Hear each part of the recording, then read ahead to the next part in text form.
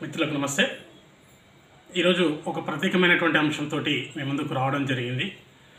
ప్రధానంగా ఒక feedback form పెట్టడం జరిగింది. ఏ విధంగా ఉన్నాయి కాలేజీల్లో జీతాలు ఇస్తున్నారా లేదా, మరి ఎగ్జామ్ నడుస్తున్నాయి, ఎగ్జామ్కి రెమ్యునరేషన్ ఏమైనా చెల్లిస్తున్నారా లేదా, ఇవన్నింటిపైన కూడా ఒక స్పెషల్ ఫీడ్బ్యాక్ ఫామ్ పెట్టడం జరిగింది. అందులో ప్రధానంగా ఈరోజు ఒక కాలేజ్ హైలైట్ అవుతుంది. ఆ college Mahavir engineering college. Mahavir engineering కాలేజీలో ఆ గ్రూప్ ఆఫ్ సంబంధించిన ఏఆర్ మహావీర్ రెండు ఆ కాలేజీలో జీతాలు దాదాపు 6 నెలల నుంచి జీతాలు ఇవ్వడం లేదని చెప్పేసి ఉద్యోగులు వాపోతున్నటువంటి పరిస్థితి మాకు కనపడ్డది. అంతేకాకుండా ఆ కాలేజీలో పే స్కేల్స్ ఏమైనా అమలు అవుతున్నాయంటే అసలు జీతమే దిక్కు లేదు, మాకు పే స్కేల్స్ ఎక్కడన్నట్టుగా స్పష్టంగా రాయడం జరిగింది. అయ్యా, మేము ఒకటే తెలియజేస్తుంది, ఇంత దారుణంగా ఉద్యోగులను ఇబ్బంది పెట్టడం ఎంతవరకు సబబు అని చెప్పేసి మేము అడుగుతున్నాం.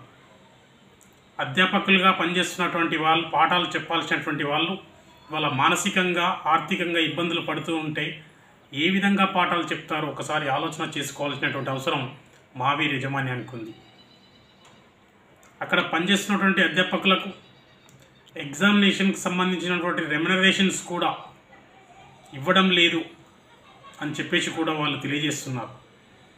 అటు శాలరీ రావడం లేదు, ఇటు రెమ్యునరేషన్ వచ్చేటువంటి అవి కూడా గత కొన్ని సంవత్సరాలుగా లేవు అని చెప్పేసి స్పష్టంగా వాళ్ళు పొందుపరచడం జరిగింది. మేము ఒకటి తెలియజేసేది ఇవాళ మహావీర్ యజమాన్యానికి, యాజ్ ఫర్ మీరు ఏ విధంగానైతే అఫిడవిట్ రాసిచ్చారో పే స్కేల్స్ ఇస్తాం, ప్రతి నెల జీతం ఇస్తామని చెప్పారో దాని ప్రకారంగా ఖచ్చితంగా జీతం ఇవ్వాల్సినటువంటి బాధ్యత మీకు ఉందని చెప్పేసి మేము స్పష్టంగా తెలియజేస్తున్నాం. అంతేకాకుండా ఇవాళ రెమ్యునరేషన్ విషయంలో కూడా ఖచ్చితంగా మేము చెల్లిస్తున్నామని చెప్పేసి ఆయా యూనివర్సిటీలకు డేటాను తయారు చేసి పంపిస్తున్నటువంటి మీరు మరి ఎందుకు చెల్లించడం లేదని చెప్పేసి మేము అడుగుతున్నాం. కాబట్టి ఇప్పటికైనా వారి యొక్క రెమ్యునరేషన్ అమౌంట్ ఎంత పెండింగ్ ఉందో అంత ప్రతి రూపాయితో సహా వారికి చెల్లించాలని చెప్పేసి మహావీర్ యజమాన్యానికి మేము తెలియజేస్తున్నాం.